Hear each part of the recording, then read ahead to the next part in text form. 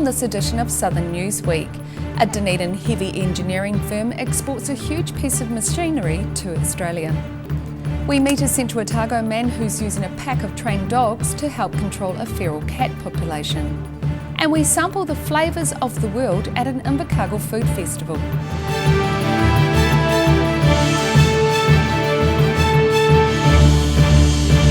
Kia ora, I'm Melissa Barton. Dunedin's Farrow Engineering has recently completed an impressive building maintenance unit, which is destined for an Australian client. Said to be the largest unit of this type built by the Dunedin firm, it was shown to budding engineers before being taken apart and shipped to Sydney. This immense piece of complex machinery at Dunedin's Farrow Engineering is set to be dismantled and shipped to the client overseas. So this is a building maintenance unit that's going to Circular Quay in Sydney. It's one of a pair that are going on top of a new build there, and essentially it's so that the operators can clean the windows, which needs to be done around 3 times a year, but also replace glass, replace damaged bits of facade and so forth. So the idea is that this should be operating for the life of the building, allowing them to keep the outside of it looking good. Budding young engineers and heavy machinery buffs had an opportunity to view the largest building maintenance unit completed at Farrow's prior to being dismantled and shipped to Australia, where like Pavlova and Vegemite, they'll probably claim it for themselves. Although Farrow Design and Innovation Manager Thomas Schweitzer knows a pretty cool piece of technology when he's helped create it. It's a pretty cool machine at the end of the day, and we would like to share that, and it's pretty cool actually seeing that we are capable of supplying a machine out of Dunedin, the deep south, to Sydney and to all the high-rises and big cities in the world. Farrow has been involved with the Access consultancy from the early stages of the challenging building design.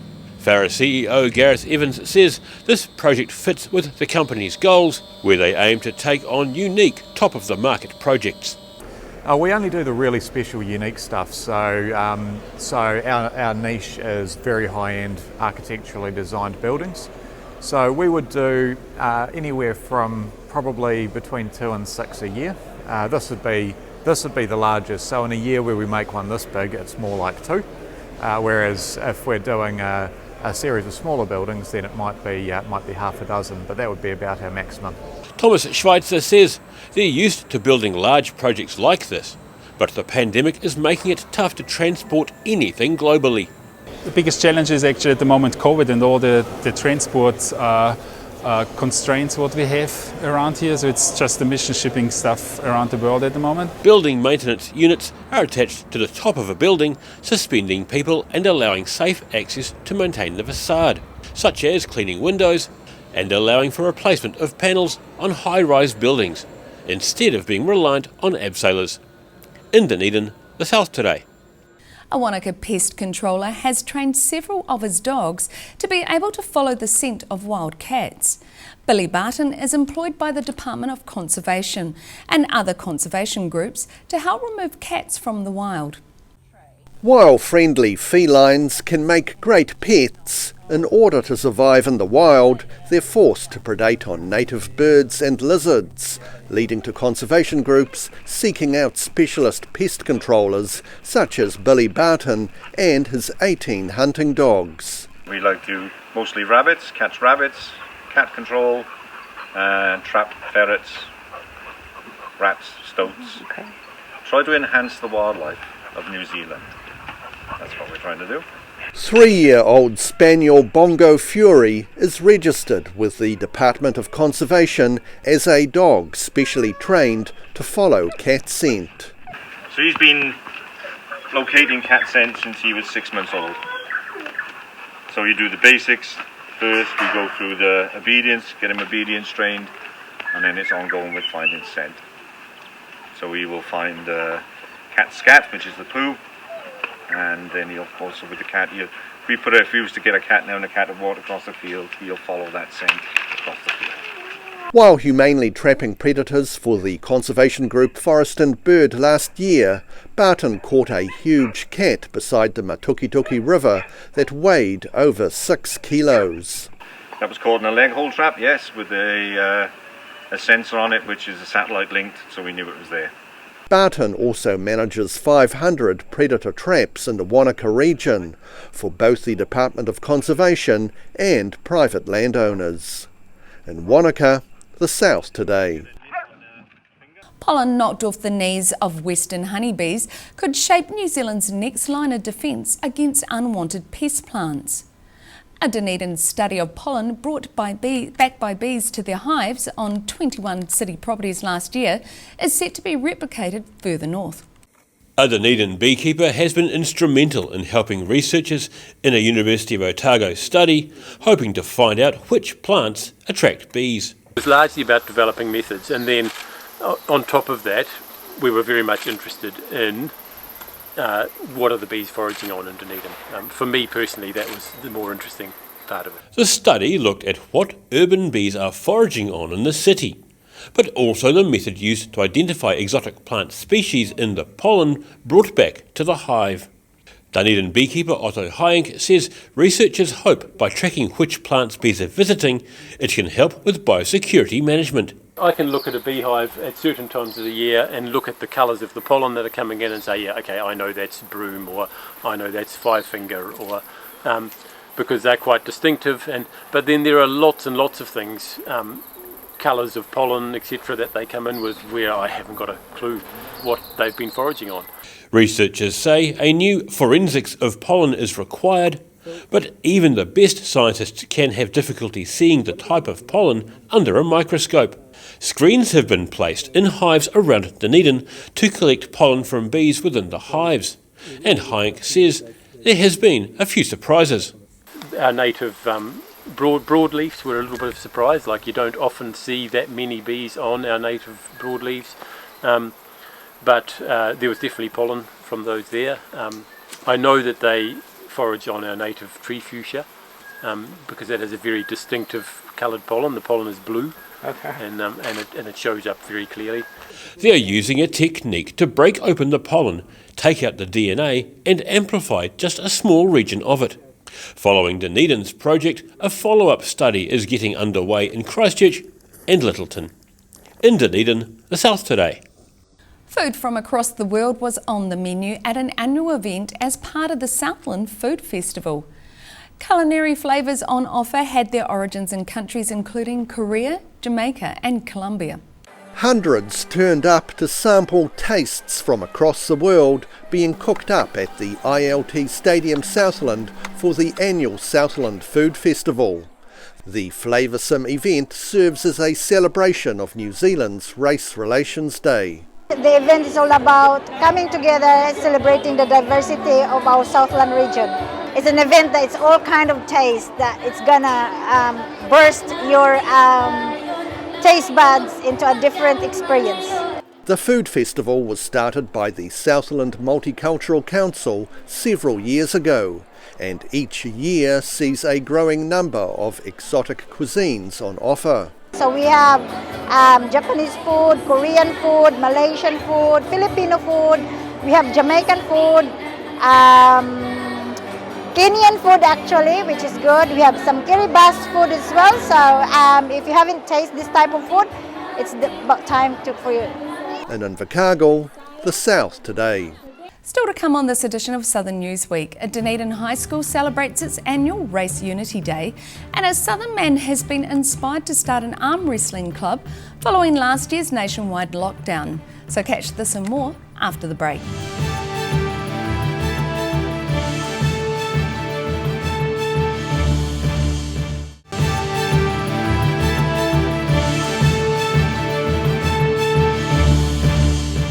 Welcome back. Pupils from more than 30 different cultural and ethnic backgrounds introduced themselves at Logan Park High School. The special assembly is held every year to celebrate Race Unity Day.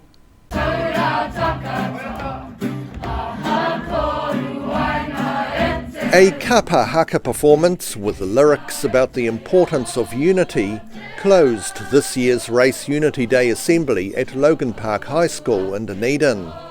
The annual event celebrates pupils from different cultures across the world who are attending the school.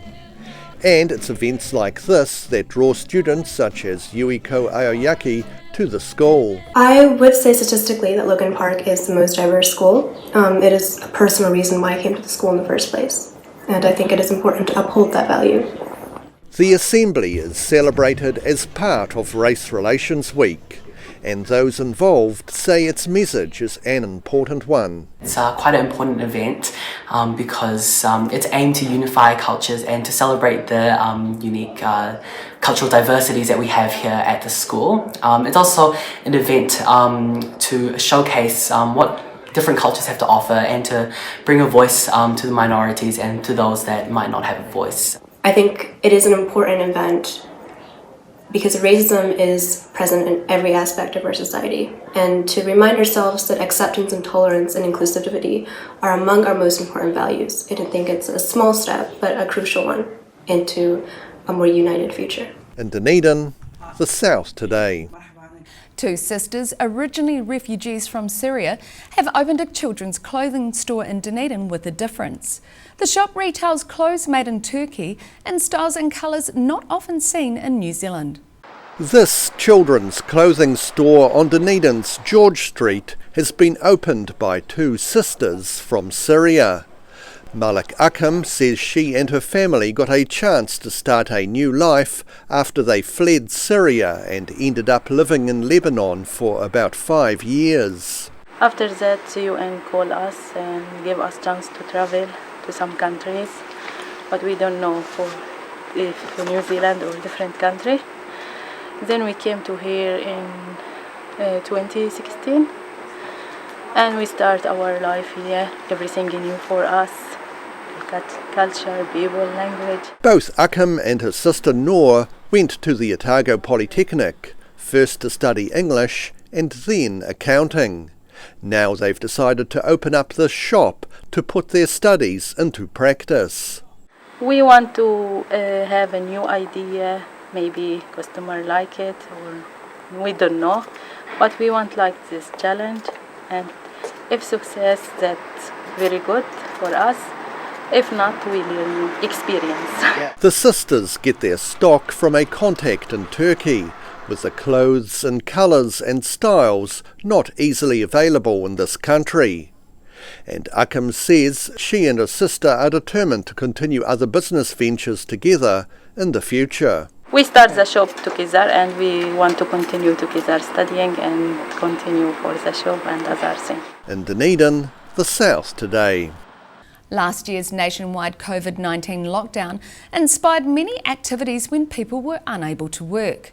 In South Otago, one man discovered arm wrestling on YouTube and is now making a fist of it in his hometown. Grimacing with the effort and grunting like a tennis player. Such are the joys of competitive arm wrestling. South Otago man Dean Willis was inspired to start the Otago Unleashed Arm Wrestling Club during last year's COVID-19 lockdown. Okay, through the lockdown last year for COVID, I got hooked on watching videos of arm wrestling competitions, and with Devon the Rat and Mike Todd the Beast, and then I looked up a New Zealand guy, Materia Morrison, I think his name is Morris, and he's 8th in the world, and I just got really hooked on it and thought, I could do that, and let's set a club up. In the great Kiwi DIY tradition, Willis did some online research and put together a proper arm wrestling table to the correct specifications. I built the table from scratch, just saw pictures off the internet, so it's the right dimensions and everything. He began training and made some mistakes, researched more and corrected his training regime. And from there, Willis set about inviting people to join the newly formed club. Then I thought to myself, well, how am I going to get people into this? So I thought I'd just put a day out there where we're all going to get a day where we get together and try and learn about it. So it's not so much about trying to beat each other, it's about just trying to learn and see what's involved, and show them a few techniques in the gym and on the table. Willis says he's no expert, but he hopes by forming an arm wrestling club, he and others keen to learn can share knowledge and grow stronger together. In Balclutha, the South Today.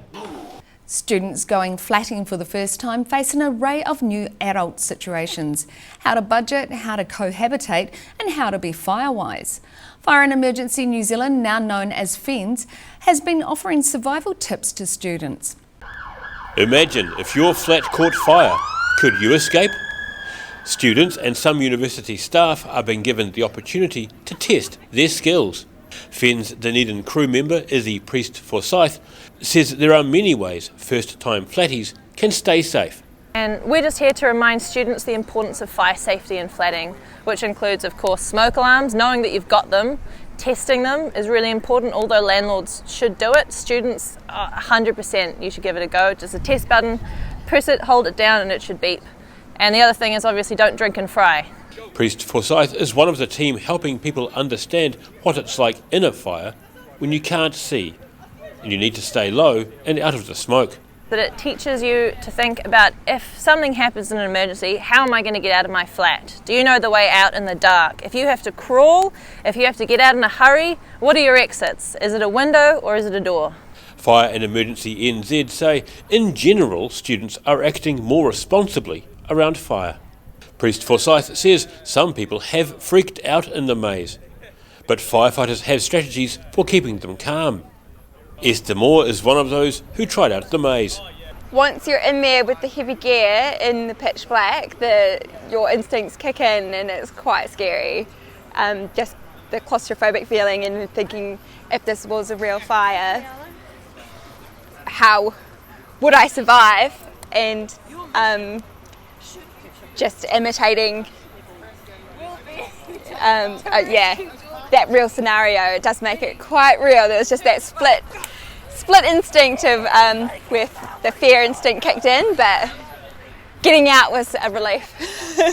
The event is part of the Otago University Students Association Flatting Week program, and OUSA spokesperson Michaela Waite-Harvey says the FEN's team are amongst a group of organisations helping educate students. It's great to have all of our community stakeholders here supporting us. I think it shows that everyone in the community wants to make sure that students know everything about flatting, all of their rights, and have as much information going into an interesting world of flatting for the first time. She says initiatives like this are teaching students well and are generally changing student behaviour towards more responsible decision making. In Dunedin, The South Today. After the break on Southern Newsweek, people are set to have an amazing time at a Mosgiel plant retailer, and we catch up with one of Dunedin's favourite musical sons, freshly returned from London. So see you soon after the break.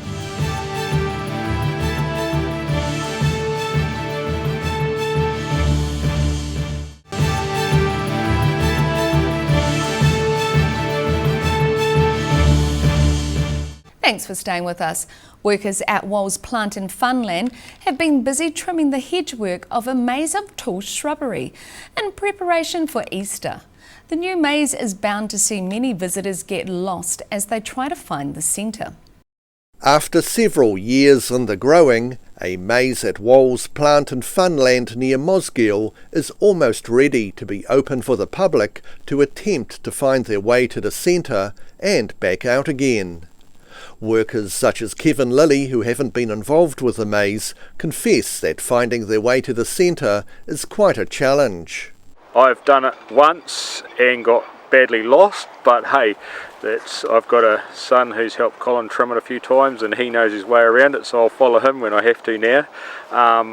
And it's a lot of fun. The labyrinth of hedgework is based on a similar one at Leeds Castle in England and is designed to be a family-friendly experience. It was set up and modelled on the Leeds maze over in England, and Colin and Clive have planned it and put a lot of work into it, and we're set to run in 2 weekends' time, so let's hope it all goes well.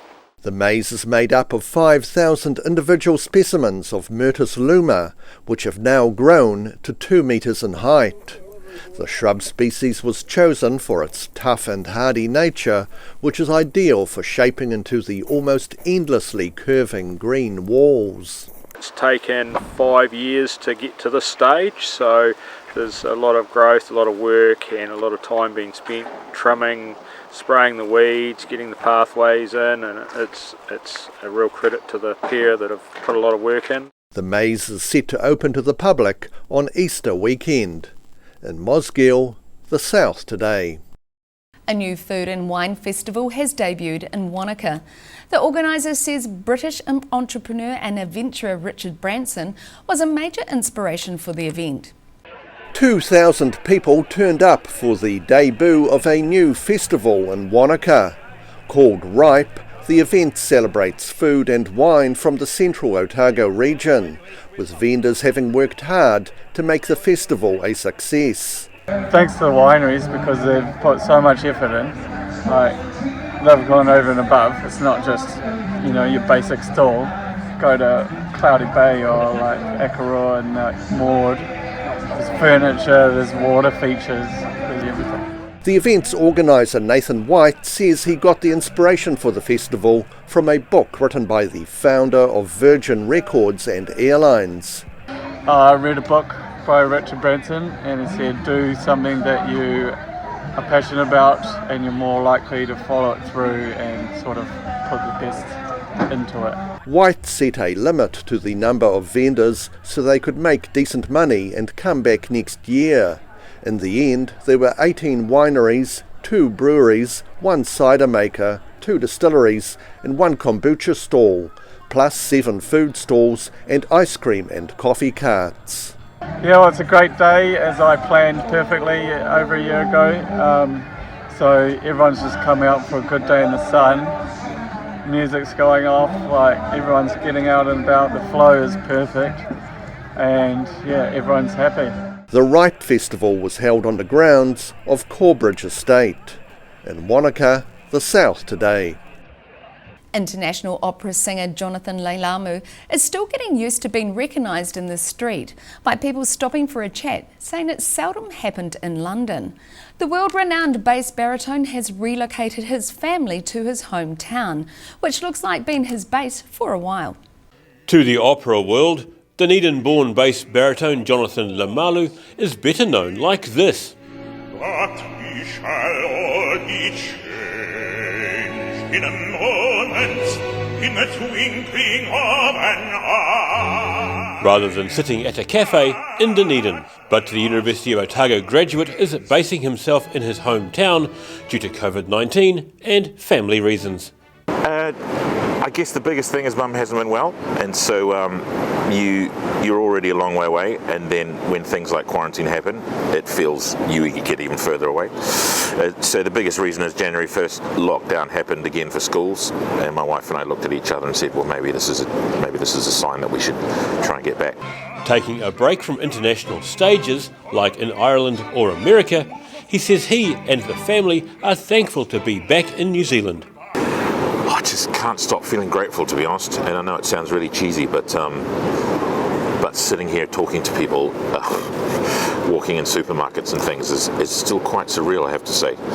We're so used to being masked, we're so used to hopefully creating space and social distancing that to have this, it feels like a parallel universe somehow. Just really grateful. He says being around people unmasked in public is taking some getting used to, as well as getting into the family routines, like getting the kids to school. And then to get back here and settle in and see the kids go to school and kindy and just think, okay, well, that's them done. To be honest, I think Sandra and I are still struggling a little bit with the day-to-day normality in a way. We're used to contingencies and we're used to I guess, a slightly abnormal life. So it's been weird, but it's been a good weird, my goodness. After a sometimes brutal year of cancelled musical work in pandemic-hit London, he enjoyed singing recently at a graduation, but says he wasn't sure if the old pipes would remember to work. And I was standing there going, I'm not sure if I know how to do this anymore. I practiced and the adrenaline was there, and I opened my mouth and I thought, yeah, this isn't as second nature as it normally is. I normally sing at least once a day for the last 35 years. The Dunedin-trained singer is soon to launch a nationwide concert and masterclass tour. Dunedin is due to have one concert at the tour's biggest venue, the Dunedin Town Hall, on May the 9th. In Dunedin, the South today. And that wraps up this edition of Southern Newsweek. For the latest news from across the Southern region, head online to odt.co.nz and follow Channel 39 on Facebook and YouTube. Ka kite anō.